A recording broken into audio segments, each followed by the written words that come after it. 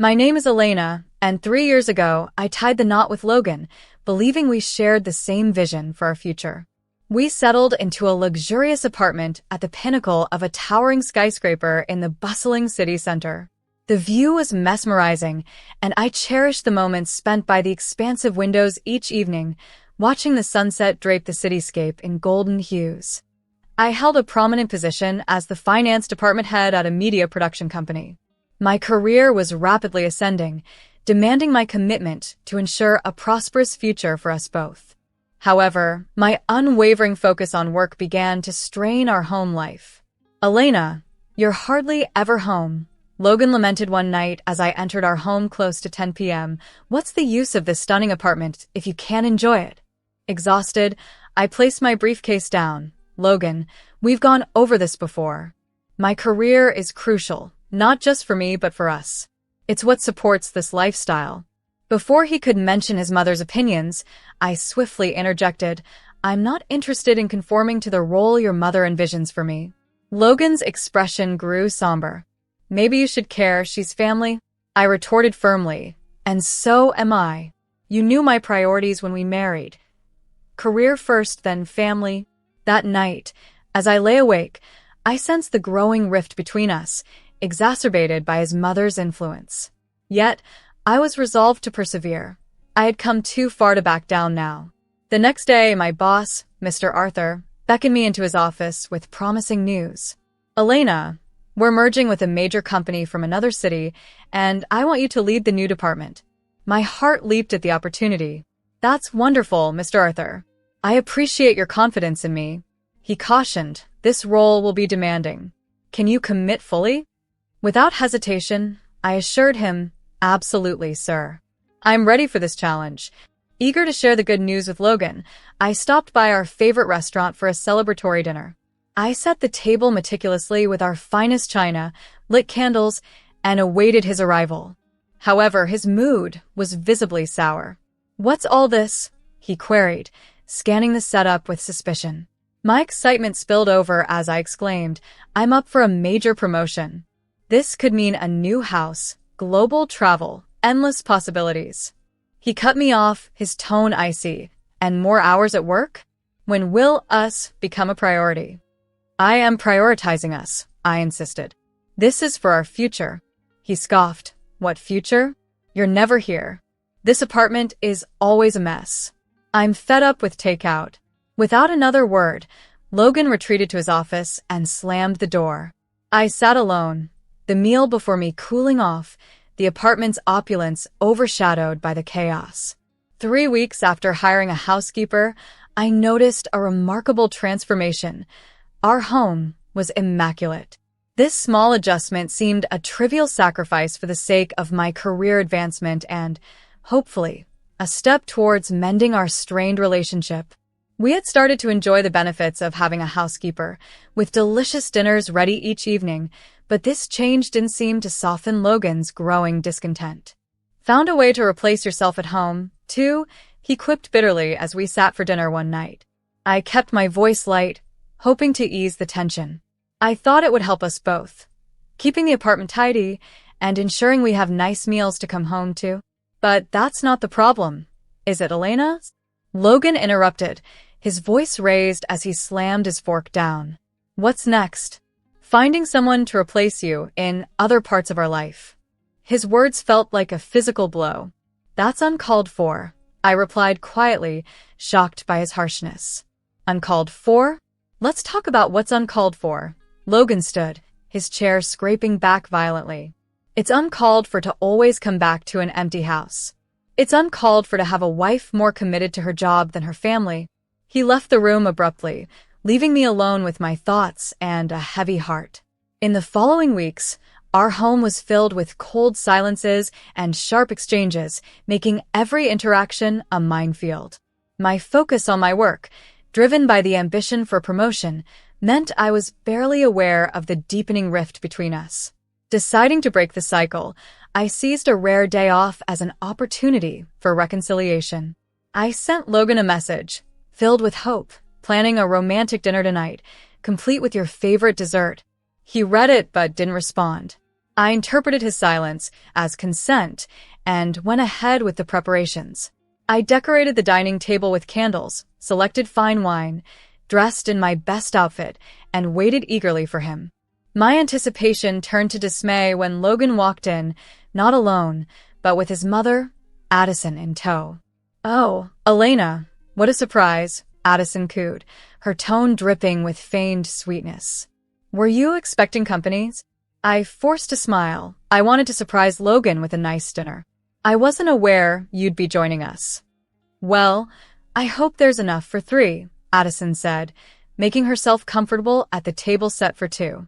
Logan avoided my gaze, taking a seat silently. I suppressed my frustration and fetched an extra place setting, my plans for a romantic evening dashed. Addison dominated the dinner conversation, throwing in subtle digs. "You know, my friend Sarah just became a grandmother. It's such a blessing to have little ones around," she remarked, eyeing me pointedly. I took a deep gulp of wine, replying curtly, "That sounds wonderful." She continued, "Naturally, you need to be around to raise them. A woman's primary role is towards her family, after all." I tightened my grip on my fork, my temper flaring. "Actually, Addison, a woman's role is whatever she chooses it to be." Her eyes narrowed. "Really? And what about your roles as a wife and potential mother to my grandchildren?" Standing abruptly, my chair screeching back, I reached my breaking point. "I think it's time for you to leave, Addison." "Elena," Logan started, attempting to intervene. But I was resolute. "No, Logan, I can't do this anymore. This is my home." Addison rose to her full height, indignation coloring her features. "Well, I never." "Logan, are you going to allow her to speak to me this way?"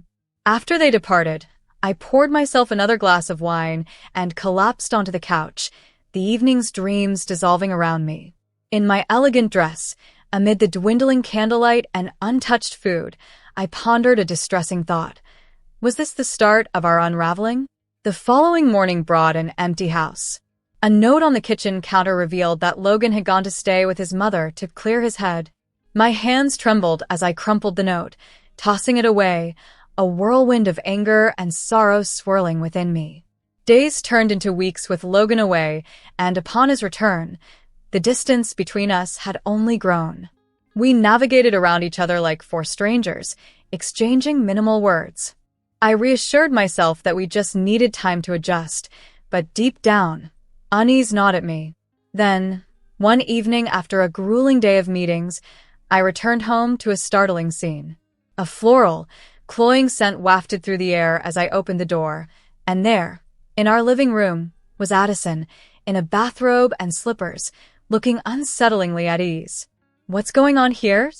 I demanded, my eyes darting between Addison and Logan, who sat on the couch with a look of discomfort.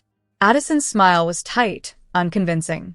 "Oh, Elena, how nice it is that you joined us.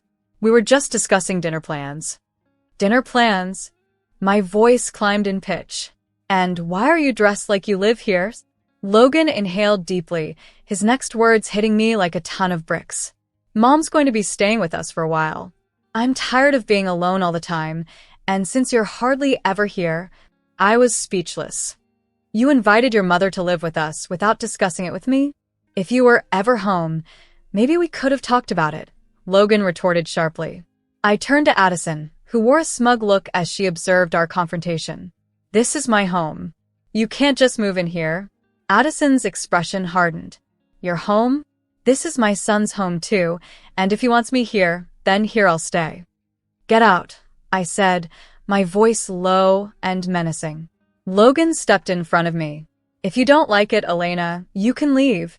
I was aghast. "Excuse me? This is my apartment. I bought it before we were even married." "Now it's our apartment," Logan declared. "And I'm telling you, if you can't accept my mother being here, then you can get out." Stunned into silence, I stared at the man before me. This was not the Logan I married. He was a stranger echoing his mother's sentiments. Addison advanced towards me with a threatening look. "You heard him, dear. If you don't like the new arrangement, there's the door." I instinctively stepped back, my hand reaching for my phone. "If you touch me, I'm calling the police." Addison's face shifted to shock. Then she theatrically clutched her chest, sinking back onto the couch as tears streamed down her face. Oh, how you've hardened her heart. That awful job. To think she'd threaten her own family. Logan rushed to comfort his mother, casting me a venomous glance. Without another word, I turned and walked to the bedroom, locking the door behind me. The next morning, as I lay awake, my phone rang. It was Mr. Arthur, my boss. "I need you on a plane today," he said briskly. "The merger is at a critical point." The call came early at 7 a.m. from Mr. Arthur informing me that my presence was crucial to oversee the financial aspects of our merger. "Of course, Mr. Arthur, I'll be there," I assured him as I glanced around the still silent house, assuming Logan and Addison were asleep. I quickly packed a suitcase, and just as I finished, Logan appeared in the doorway. His expression was icy. "Going somewhere?" he asked. I stood up straight, meeting his cold gaze. "Yes, I have to go on a business trip for the merger. I'll be back soon, and we can talk then, okay?" As I wheeled my suitcase to the door, Addison's eyes followed me from the living room, her smile smug. I paused at the door, turning back to Logan. "I'm leaving now. I'll text you when I land." His response was curt and chilling. "Don't bother coming back." His words felt like a blow, but I managed to hide my pain. Silently, I walked out, the sound of the door closing behind me echoing like a somber gong. The business trip was intense, a whirlwind of meetings, negotiations, and late nights spent poring over financial documents. It was a welcome distraction from the turmoil at home. Each night, I sent Logan a text to let him know I was okay, but each went unanswered. After 9 days, I returned, my heart pounding as the taxi pulled up to my building. Approaching my apartment, something was off. My key didn't fit in the lock. Confused, I knocked. The door swung open, revealing Logan and Addison casually dressed as if nothing was amiss. "Logan," I said, my voice laced with confusion. "Why doesn't my key work?" Logan's laugh was cold, devoid of humor. "Because I changed the locks." I felt as if I'd stepped into a nightmare. "This is insane, Logan. You can't do this. This is my home." His expression was stone cold. "Not anymore. You have a choice to make, Elena. Right here, right now. Your career or your home and marriage." I couldn't believe the transformation in him. This was not the Logan I married, but a stranger, twisted by his mother's toxic influence. "You can't be serious," I whispered, barely able to accept the reality before me. Logan pulled out a stack of papers, divorce papers. "Dead serious. Sign these, and you can go back to your job. Tear them up, and you can come back inside, as a proper wife should." I looked from the papers to Logan, then to Addison. At that moment, the clarity of my future crystallized, a life of resentment, of being controlled, of sacrificing everything I'd worked for. Without a word, I took the papers and signed my name on every dotted line. "There," I said, handing them back to him. "I chose my career because clearly I don't have a husband or a family anymore." Their faces registered shock, almost comical in their disbelief. Before they could respond, I turned on my heel and walked away, my suitcase trailing behind me. As I stood in the elevator, watching the numbers descend, a laugh bubbled up from deep within me. I had been ousted from my own home, and in doing so, I had divorced a man who no longer recognized me as his equal. Within just 10 minutes, I found myself without a home. That evening, as I sat alone in a hotel room, my thoughts were in turmoil, reflecting on the tumultuous events of the day. The following morning, I rose early and made a call to my friend Lena, a lawyer I had known since our college days. "Elena, what's wrong?" "You never call this early," Lena's voice rang with concern over the phone. I spent the next hour detailing the entire ordeal to her.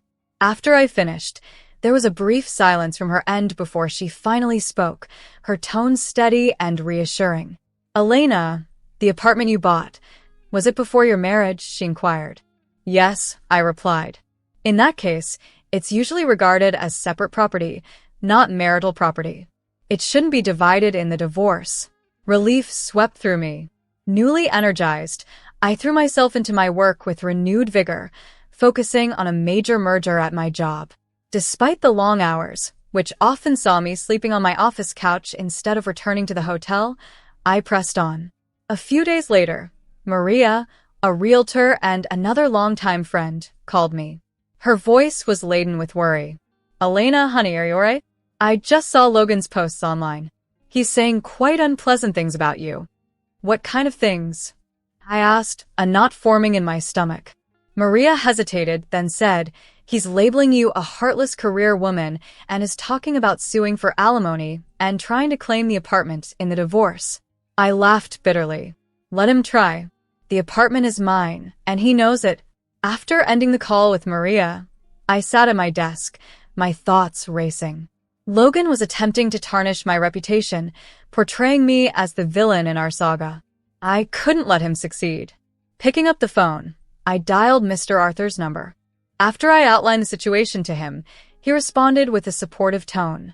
"Elena," he said, "your personal life won't impact your job here. You're a valued employee. Don't let this situation affect your performance." I thanked him, grateful for his support. Mr. Arthur suggested taking some time off to handle my personal issues, especially since the merger was nearing completion. "Thank you, sir. I appreciate that," I replied. That evening, as I was about to leave the office, I noticed a notification on my phone. Logan had started a live broadcast from what used to be our shared apartment, now clearly mine. Against my better judgment, I watched as he and a film crew discussed extensive renovations. An idea suddenly sparked in my mind, and I called Maria with a mischievous plan. "Maria, it's Elena. How quickly can you sell an apartment?" I asked. Her laughter filled the phone. "For you, Elena, I can work wonders. What's the plan?" As I outlined my thoughts, Maria responded with excited gasps and chuckles. "Oh, this is going to be brilliant," she exclaimed. "I already know a couple who's been searching for just this kind of place. They're very discreet. They assured me the deal could be closed in just 3 weeks, maybe even less." After the call, I reclined in my chair, a playful smile forming as I thought about Logan's misguided confidence. He thought he was in control, but he was about to be surprised. The next 3 weeks flew by in a blur of tireless work. By day, I wrapped up the merger, and by night, I handled the paperwork, coordinated with Maria, and watched Logan's boastful social media updates about his renovation plans. When the pivotal day finally arrived, I donned my best suit and took a moment over my morning coffee, preparing for the events that would unfold. My phone buzzed. A message from Maria popped up. "It's done. Paperwork signed. Money transferred. New owners en route. Good luck." A wave of satisfaction swept over me. It was time. I tried to focus on work at the office, but my thoughts kept wandering to the imminent drama. Around midday, Lena texted me. "The TV crew and Logan's mom are here. He's looking very pleased with himself. The show's starting." For the next hour, I struggled to concentrate, my eyes constantly flicking to my phone. Finally, Lena's text came through rapidly. "You won't believe this. New owners just arrived. Logan's stunned. The crew is freaking out. This is epic." I couldn't contain my laughter, earning puzzled looks from my colleagues. I excused myself and retreated to the bathroom, allowing myself a moment of pure, unadulterated joy.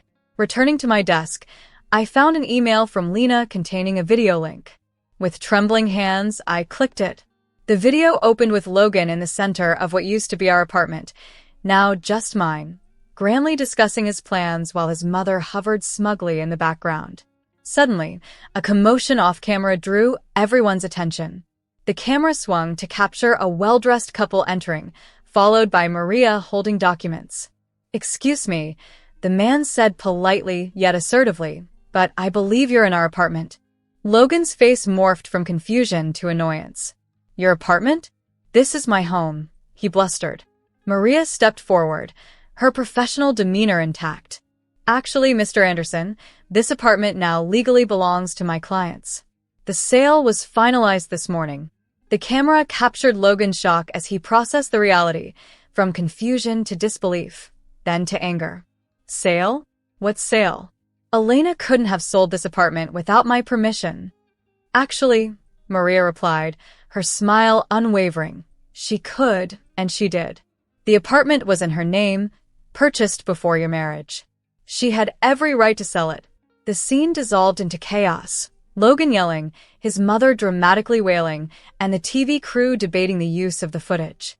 The video ended with Logan and his mother being escorted out by security, the TV crew eagerly following, sensing they had stumbled upon a spectacular show. Back at my desk, my phone buzzed with another message, my office now, from Mr. Arthur. As I entered his office, bracing for the worst, I was surprised to find him smiling. "Elena, sit down," he said, gesturing to a chair. "I've seen the video. It's all over social media." My face flushed with embarrassment, unsure of what was to come. "Sir, I apologize for the unintended publicity this situation has caused," I said, feeling mortified that my personal life had spilled over into public view. To my surprise, Mr. Arthur chuckled in response. "Elena, you've just demonstrated exactly why you're the ideal candidate to lead our new department. You're clever and resourceful, and you've shown you can turn a difficult situation to your advantage, precisely what we need for this merger." His words brought a smile to my face. "Thank you, sir. I appreciate your support. Now," he continued, his voice taking on a more serious note, "I think it's time you took that week off we discussed. Settle your matters, find yourself a new place, and when you return, we'll finalize your promotion and start you in your new role." During the following week, I dedicated myself to finding a new home, eager for a fresh beginning somewhere that held no memories of Logan or our dissolved marriage. With the proceeds from the sale of the old apartment, I had a broad array of options. In my search, I discovered an ideal little house on the city's outskirts, near our newly merged company's headquarters. It was charming, with a beautiful garden and a picturesque mountain view, a serene escape from past turmoil. I made an offer immediately, and it was quickly accepted. The day I moved in, Lena and Maria came over to help. We unpacked boxes and arranged furniture, filling the house with laughter and light-hearted chatter, letting the stress of recent weeks dissolve as evening fell. Standing in the garden with a glass of wine, I felt a profound peace wash over me as I gazed at the mountains. It was a relief to feel grounded again. When I returned to work the next week, ready to embrace my new responsibilities, I sensed the curious gazes and heard the whispers as I walked through the office. I kept my head high, determined not to be shaken. Mr. Arthur welcomed me at my new office, a prime corner spot with a splendid city view. "Ready to get started?" he asked, smiling. "More than ready, sir," I responded, feeling a surge of excitement. Settling into my new role, I immersed myself in the complexities of the merger, reveling in the challenges that required long hours and deep concentration. I loved every moment, realizing this was what I had worked and sacrificed so much for. One evening, while working late, my phone buzzed with a notification, a message from Logan, pleading for a reconciliation. I paused, considering the message, then deleted it without a reply. That chapter of my life was definitively closed. Now I was writing a new story, one where I held the pen,